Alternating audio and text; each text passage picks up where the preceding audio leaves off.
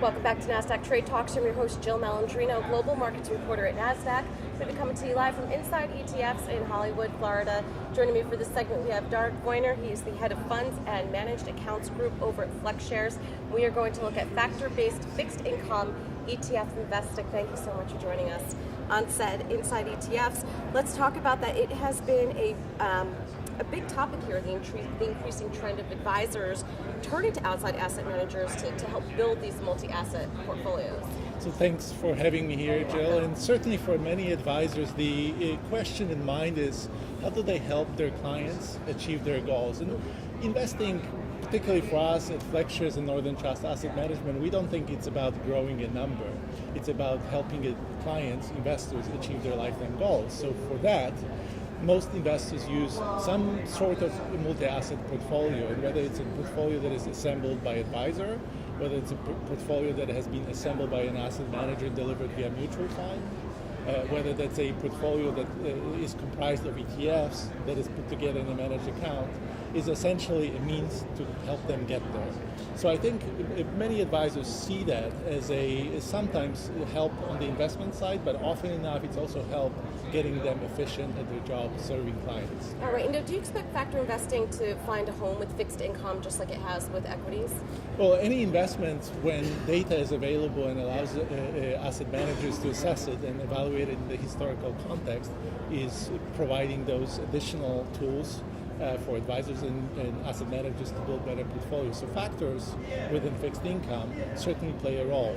Data historically has been more fragmented, but it's increasingly available. There are a number of products available within FlexShares. We have, for example, HYGV is a ticker of a high-yield product that takes essentially value scoring into that space. Would you describe fixed income factor-based investing as passive or active?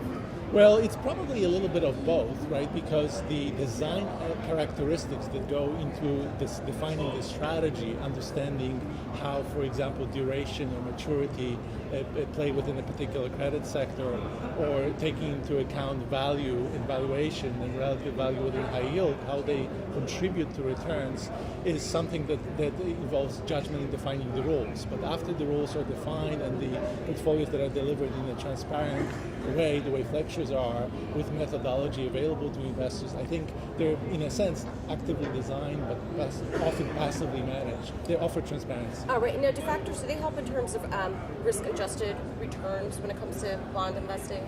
Well, you're bringing it to very closely to my heart, because at FlexShares and Northern Trust Asset Management, we truly believe that investing always involves risks, and investors deserve to be compensated for risk that they're taking. So risk-adjusted returns is really what it is about. It's not really achieving a dollar outcome for a client, but really making sure that the client is comfortable with the way that dollar outcome has been achieved over time. Often enough, sleeping well at night has its own value. All right, and how should the performance of bond ETFs be judged then?